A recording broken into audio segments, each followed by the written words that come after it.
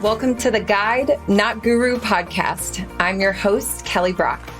My purpose is to empower women to create authentic, aligned, and abundant lives. After over a decade of mentoring women in business and self-leadership, I found that we don't need to adopt a guru's blueprint. We need guides to help us build our own. So if you're ready to lead and be a work in progress, you've come to the right place.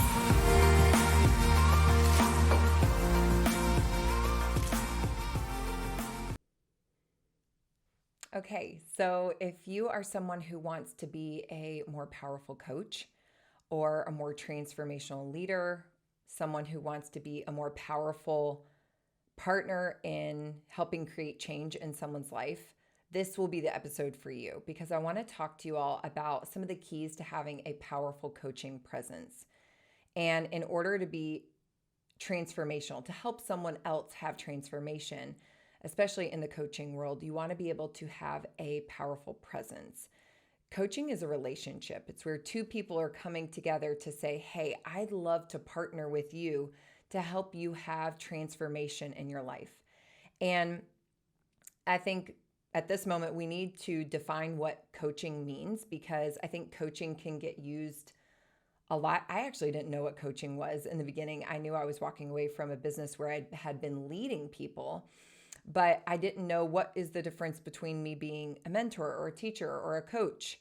Like I was using those words very interchangeably. And so I want to maybe define a little bit more about what coaching means because you might find you were wearing some of these other hats and you're like, wait, what I want to be is a coach.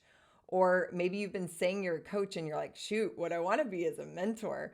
So let's talk about that. And then I'm going to walk you through some really tangible pieces to having a coaching presence and some of the practices that I do that you can utilize to be a really great partner in helping someone else have change in their life in a coaching relationship. So a mentor is someone who is going to be sharing knowledge or skill or experience to help someone develop and grow. So a lot of times my clients will come to me and they'll be like, hey, can you teach me how to do what you just did in business? And if they're asking for advice, that's very different than if I'm coaching them, because this is where I think things get a little muddy is people are like, come get my blueprint. I'll teach you how to do this exact thing. Well, then you're a teacher. If you're teaching an exact process, you're a teacher. If you are a consultant, you are consulting on someone else's business based on maybe a framework that you have. If you're mentoring, that's where you're kind of sharing your own story. Hey, here are my experiences in a relationship. This is what's going on in my marriage. Here's what I've learned from being an entrepreneur. I'm mentoring you from the knowledge and skills and experiences I've had. So then what is a coach? So a coach is going to be someone who's providing guidance to a client based on their goals, that client's goals, and helping them to step into their full potential, to step into transformation in their own life. So when I think about coaching, you know, we wear all these different hats, but a coach is really coming together with someone and saying, hey, I'm willing to partner up with you. I'm willing to come in to this relationship with you and say, I will be just as curious and invested in you finding blind spots and breaking through so that you can get where you want to go in your life, so that you can hit your goals, so that you can heal, so that you can grow.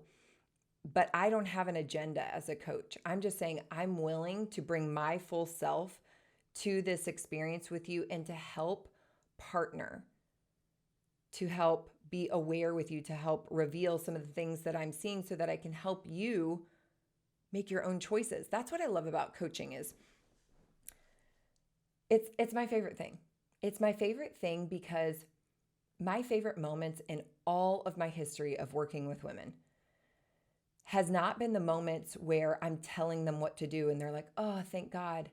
It's why this podcast, again, over and over, I say is guide, not guru, because where I did this wrong in the past was I became people's guru. They thought in order to be successful, I need Kelly in my life because I was giving them advice. I was giving them wisdom. I was telling them what to do. I was giving them the exact scripts. I was they were becoming dependent on me and never really finding out that they already had the wisdom inside of them. So when I sprung into this new life and I started designing my own life, I realized I just started asking myself powerful questions. I started getting coaches who were asking me powerful questions. And what was happening is I was coming up with my own answers. It was like, wait, I already know how I would want to be in relationship. I now know how I would want to build a business if it was aligned. I now know what has been blocking me. And we all have these patterns that keep us blocked. I call them blind spots. Imagine you're a horse with blinders on. There are parts of ourself that we cannot see. And so what's cool about a coach is they're coming in and saying, hey, I'm going to look right at you. And I'm going to be just as curious about what I see. And I'm going to ask you really powerful questions. And it's going to help you come to your own awareness. So when my clients are leaving a session with me, when clients are leaving a coaching relationship, they should never feel like they need the coach. They should feel like they came to their own conclusions, their own inner wisdom. I am more excited about someone being empowered from my relationship with them and going like, hey, that was already inside of you. My favorite thing is just like to mirror that back to my clients. Like, hey, you said that. You knew that about yourself. That was the truth underneath there that you found. I just asked the great question. And so then clients walk away from a coaching relationship feeling empowered. The wisdom was already inside of them. Their knowing was already inside of them. I believe that people are naturally creative, resourceful, and whole. I believe that that inner wisdom is already inside of you. I'll partner with you to help bring that out.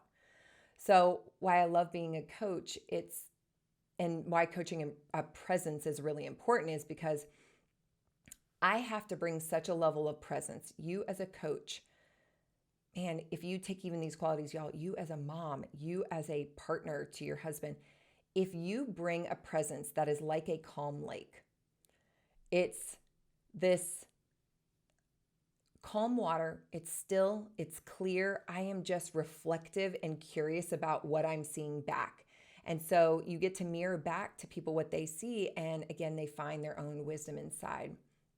But in order to be a powerful coach, in order to hold that really open and grounded and flexible and confident space, it takes you and I having a lot of self-management processes and some practices so that you can really hold that. Because if I bring my own stuff into our coaching experience, if I'm having my own emotional day, I am in the way of my client's transformation.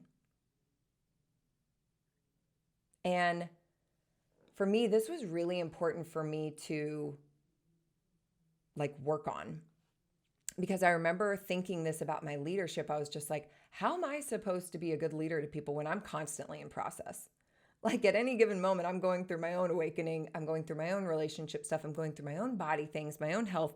It's like, how can I hold space for my own human experience and get to be with someone else? And that means, if you're resonating with what I'm saying right now, it means you've got to learn these practices so that you can still be a human and you can have such a level of presence and self-management that you can hold the space for your client and not be a distraction to their transformation. You get to be that calm, clear, reflective lake that holds space. So I want to talk to you about what it really takes to have a coaching presence and a few of the tools that I use in real time. Okay, so coaching presence means you are bringing your conscious, the first real piece of this is your full conscious, meaning full awareness and presence, full presence to your client. And there are a couple of things that I do to really come into the space and be totally here. One of the things that I do is I have a mantra that I live by, I've been living by for a long time, that says, be where your feet are. And so I live by that constantly, and I'm saying, okay, how can I just be where my feet are? It means I'm right here. Like y'all, at this moment, I'm staring into a camera. I'm talking to you all. I am being where my feet are. I'm not thinking about my children or what we're eating for dinner or, you know, anything else that's going on. I'm being totally present here. And so those mantras can serve you. Another mantra that I use, I actually set an intention before I get into every single coaching call. So some of the practices I do to really get present, to be fully here, to be where my feet are. Number one, I turn off my notifications. Seems easy to do, but dang, how many times are you on a call with someone and it's like ding, ding, ding, ding, ding. Those things are going off and you're like, oh, do you need to get that? Something's happening. I heard the ding. It breaks people out of their present moment. So turning off notifications. Second thing, easy to do, but takes intentionality, is I plug in time between each of my coaching calls for my own self-management and also to get to the call early. So now there are times that I don't do this perfectly, of course, but to the best of my intentional and like preparation ability, I schedule time and I get to my office, to this chair, to this camera, to the Zoom room, to whatever ahead of time. And I land here. I have to land in my chair before, because if I'm rushing in, shutting the doors, sweating, the dog is barking, all the things, then I'm not present. And it's now going to eke into our time together. And I'm wasting moments trying to let me get myself together. Oh my gosh. So I get to my calls a few minutes early. I also take care of myself in between calls. To the best of my ability, I do not block them back to back. So I will do things like going outside to get a breath of fresh air or planting my feet in the ground and getting grounded. That's like a real practice. Like the energy from the earth is connecting with you, calming you back down to the vibration. Relaxing helps your nervous system. So I do those things in between to get fully present. And then I mentioned one of my mantras is be where your feet are, but another mantra that I actually have a saying that I say. It's my intention before every single call. I do it actually before every single podcast too. I sit in my seat, I ground my feet, I close my eyes, I take a deep breath.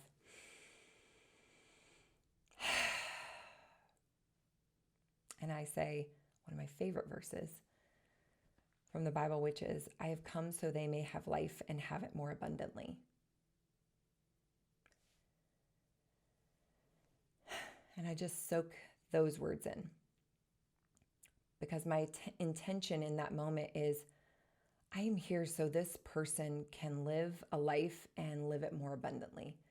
Let me be here. Let me be so present that they get to walk away in a more abundant life, a more higher vibration. And that's my intention. So I encourage you to get your own little saying, your own little practice of coming in, grounding, landing, resting, intending on that space, because especially if you know about how powerful energy and intention is, where your attention goes, your energy flows, and your intention is going to be met in that moment. So I do that, and it helps me to be really fully present for my clients. And again, I may be saying things that you're like, no duh, but let me ask you, am I saying something that is so simple and you're like, yeah, I've heard it, but now ask yourself, are you practicing it? Are you practicing it consistently? Is this a habit of yours? Can you do more of this? Is this even just something you already know that's a reminder to do it even better? So if I'm saying something that you already know, hey, take it as confirmation and just say, am I practicing it and can I do it even better? The second real piece of having a powerful coaching presence is that it requires you as a coach to be open, flexible, and curious. And when I come to a client meeting, I do not have an agenda. And, I send this thing out to my one-on-one clients. So every time before they come, 24 hours in advance, they are telling me, hey, what's been going on? What might you want to discuss tomorrow? So I may read that. Actually, I always read it if they are coming. So yay, I've got that information, but man, something might have happened an hour ago and they're like, hey, I know I said I wanted to talk about launching my offer or working through my relationship, but I need to talk about something that's really present right now. And I'm like, cool. So I don't set the agenda for my clients, but I always ask them what they want to walk away with from this session. So at the beginning of every single session, I'm open. Hey, what's here? At the end of our time together, what would you love to walk away with today? And because of that, I'm loosely holding anything that they had originally said they want. Hey, what do you want today? And now I'm saying, let me be clear what you want to walk away with so that I can help intend and help us keep your agenda, this thing that you're saying you want to walk away with today. So it's like, oh, I want to at least to walk away with some tangible action steps I can take on helping to calm myself down when I'm feeling reactive with my kids. Amazing. Great. Let's go there. Now, because I'm open and flexible and curious, we might find that when you're with your coaching client, like you need to dance in the moment because things have changed and all of a sudden they're talking about these other things, or there's some big emotions that are coming up from something that they didn't expect. A lot of times my clients are like, oh, I'm sorry, I'm getting emotional about this. Like I didn't expect that. And I'm curious. I am often mirroring back to them what I'm seeing and what I'm hearing.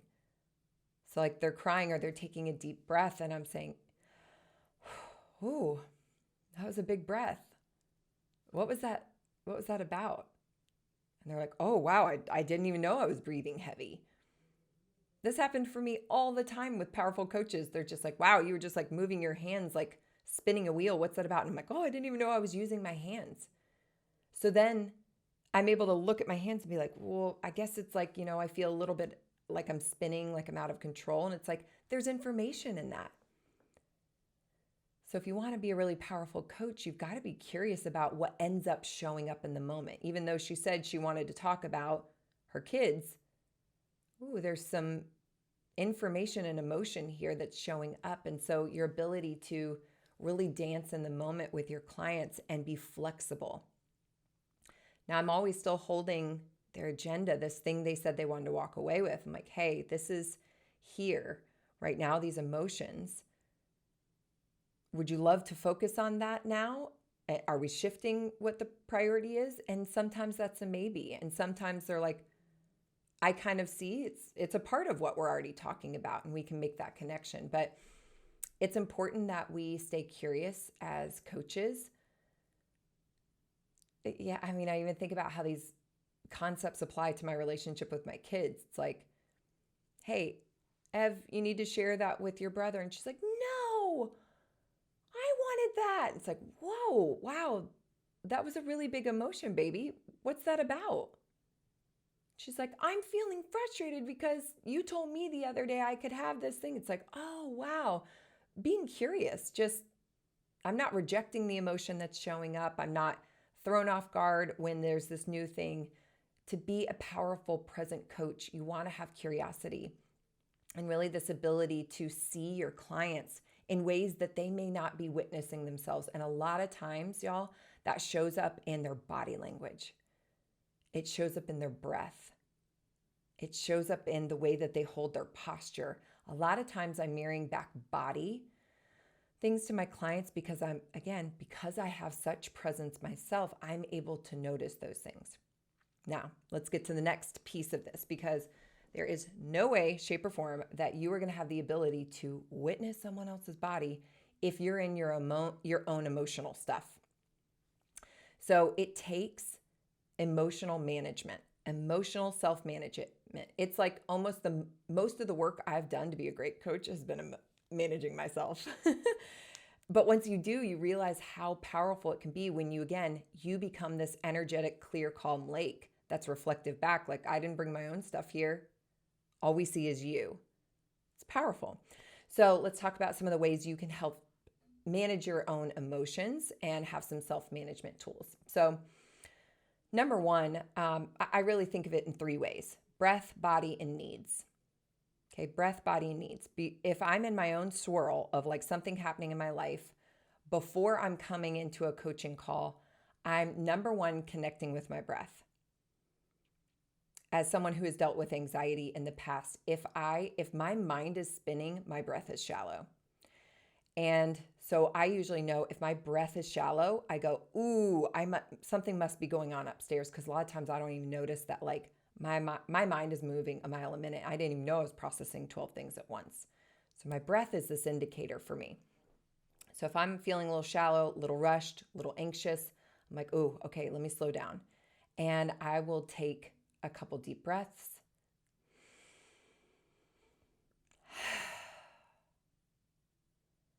Take maybe just a couple of breaths of witnessing the inhale, the rising and falling of my breath, the temperature of my breath.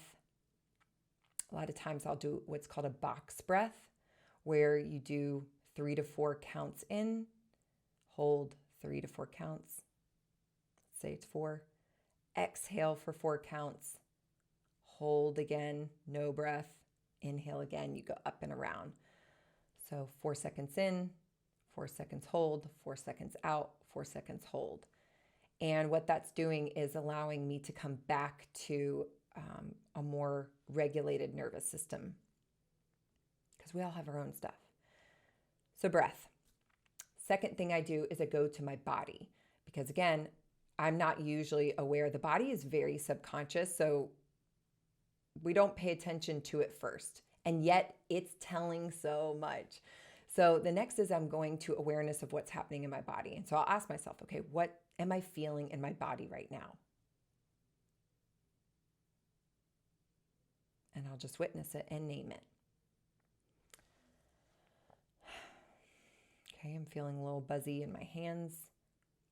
My throat is feeling constricted. My chest is feeling tight. I just feel like I need to stretch. Like all of a sudden I can notice some things that were here that I wasn't consciously aware of in the beginning. And then I go to the third piece of that self-management, which is needs. And so then I ask myself, what is it that I need? What are the needs underneath? So when I'm going to my body, wow, there's something here. Why am I tight? What is that tension telling me I need right now? It's like, I just need to stretch. I need just a minute. I need to go out in the sunshine. I need to cry. I need some space later today, right? Whatever it is. And then I ask myself, how can I give myself what I need? And sometimes I'm able to help myself in that moment. And sometimes it's like, hey, little Kelly inside, sounds like you need a break after work today. How can we give ourselves a little bit of what we need, which is rest or repair right now? And then after work, let's go on a walk. Let's tell Josh you need some time alone. Let's, go get some sunshine. So breath, body, and needs. Those are the things that really help me to manage myself before I come to this moment of presence. And that brings me to the next piece of coaching presence, which is confidence. In order to be a powerful coach, you have to have confidence and trust and belief in your client when they're going through their own stuff. And so I have confidence in my clients when they're in their own swirl of things, because I know, number one, that I have my own emotional resiliency, so I can trust them with theirs. If we don't trust ourselves with our emotions, if I'm just like, oh my gosh, you're talking about a triggering thing in a relationship and I actually don't know how to be with that myself in my business, then all of a sudden I become like, in the past, man, I have gone to performer mode. I've been like, okay, how can I solve her problem, solve his problem? How can I help them? I so desperately want to help fix it because I'm so uncomfortable being with it. I'm curious if that has shown up for you all, where you're just like, let me fix this so I can feel successful. Well, I've done so much of my own self-management work that I actually have confidence in my clients that you can stay with this thing. There's information in this thing. And hey, I don't have to have the solution. So many of my clients, I don't have the solution for what they should do. And often they're looking at me and they're like, can you just tell me what to do? And old me, less practiced me, I'm always working better on this. Like, I want to fix it for them because that makes Kelly feel successful. I feel really good when they're just like, man, what would I have done without you? I'm like, I know. But that's not the truth. I don't want them to think they need me. I want them to find that level of resiliency in themselves. And so often I will have confidence in like, hey, are you willing to just explore this space a little bit longer and see what comes through? Or, hey, I'm feeling really curious why you're unwilling to go to that space. I'm curious, what's the resistance here?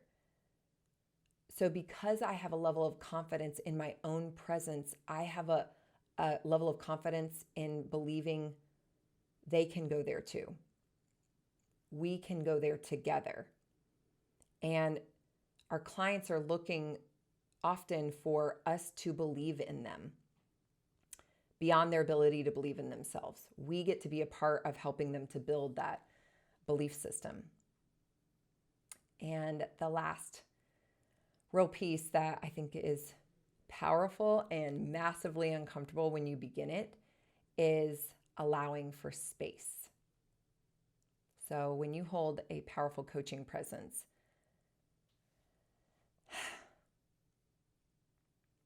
you leave room. You ask a really great question, powerful question, and you let it land. And most times people are so afraid of the silence that they try to fill it. Hey, so like, what I meant was blah, blah, blah. What I was thinking was this. It's like, hey, just don't fill the void. Because when there is a pause, when there's that precious pause, when there is space, it gives the opportunity for your client to reflect.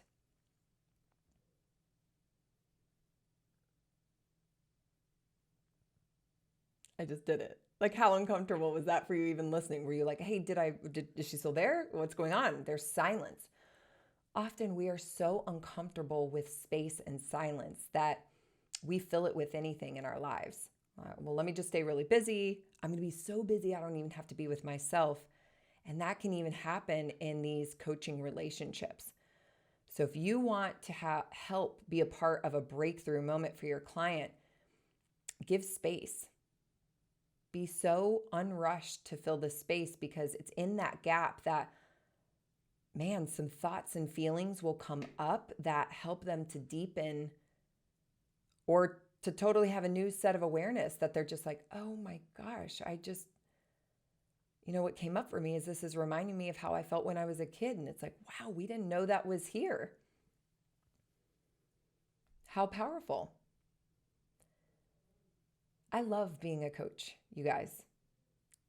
My favorite thing in the world is literally to hold space for someone and to hold up a mirror and be like, you did that. You said these words. You knew what you needed. Like, if you were to ask me, man, what my secret mission is, it is self-sovereignty. Like, I want people to live lives on their own terms. And we can't know what authenticity looks like. We can't know even how to align to it. We can't even think we're the owners of the world that we're living unless we do it ourselves. And so we need partners in coaching. That's why I love coaching, because it allows this space for people to just be reflected back, to move through blind spots, things they cannot see about themselves, and go, I found that myself. Like, I'm the one who said that information. My heart is the one that knew that's what I needed. It was my choice, even for each piece of accountability. That's what's so cool, is everything in a coaching relationship is the client's, their choice for what they want to be accountable for, their awarenesses, their innate wisdom, their resiliency. It's so freaking powerful. So if this conversation resonated with you and this is exciting to you, I actually want to give you all an invitation. One of the things that I am building out that I'm beyond excited about is I want more people in their sovereignty, more people in their authenticity. And so it was the most intuitive absolute must follow this path step that I'm actually building out a coaching firm as we speak so that I can help empower amazing humans who want to be a part of transformation with other humans to help them live their most aligned and authentic and abundant lives. And so if that's you and you're going, Kelly, I want to learn more about this, the doors are open right now for our next round of our core competencies coaching certification. So through Kelly Brock Co., we're taking you through an 11-week process where you go through a certification to learn skills just like this. But here's what's cool. You don't even just listen to them. You learn them and then you rep them out. You practice all of these skills. So by the time you're done with this 11-week certification with us, you are a walking embodiment of these skills. So it's not just knowledge that came into your mind. It is something you've had to practice.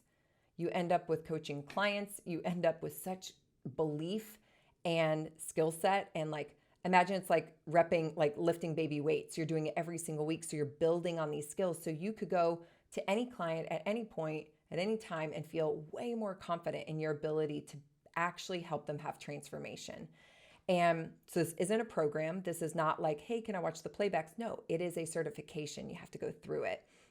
You have to rep it out to get your certificate. So if this is exciting you, we have 30 spots. We have several spots that have already been filled before the doors even open of people saying, I want in the spring cohort, because we won't be doing this again until the fall. So if this is exciting you, you can go to the show notes. Feel free to DM us to ask more details about it. But it has been massively transformational for the people who've gone through it. And this last round that we did, we had people going through it who didn't even want to be coaches. They just wanted to have better skills. We had real estate agents. We had people who, hair salon owners who wanted to be better mentors and coaches to the people that they have in their industry. We had people who were wanting to just be better mothers and fathers. This is for men and women.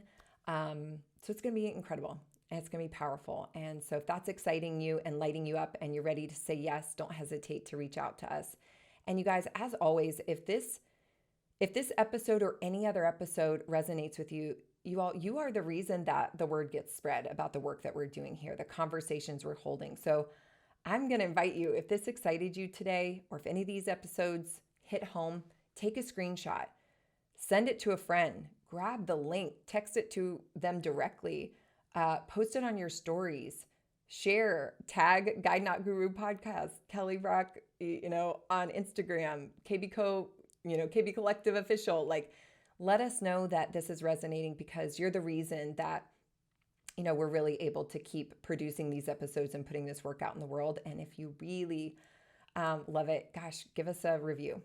It helps us just to spread our message and become, more well-known to more people. And we thank you for that. So I can't wait to be with you guys on our next episode. Hey friend, thank you for listening. My goal is to empower as many women as possible. If this episode supported you in any way, I would love it if you'd leave me a review or let me know on Instagram. You can take a screenshot or tag me or just shoot me a DM. If you're looking for any kind of additional support, don't hesitate to reach out. See you here next Tuesday.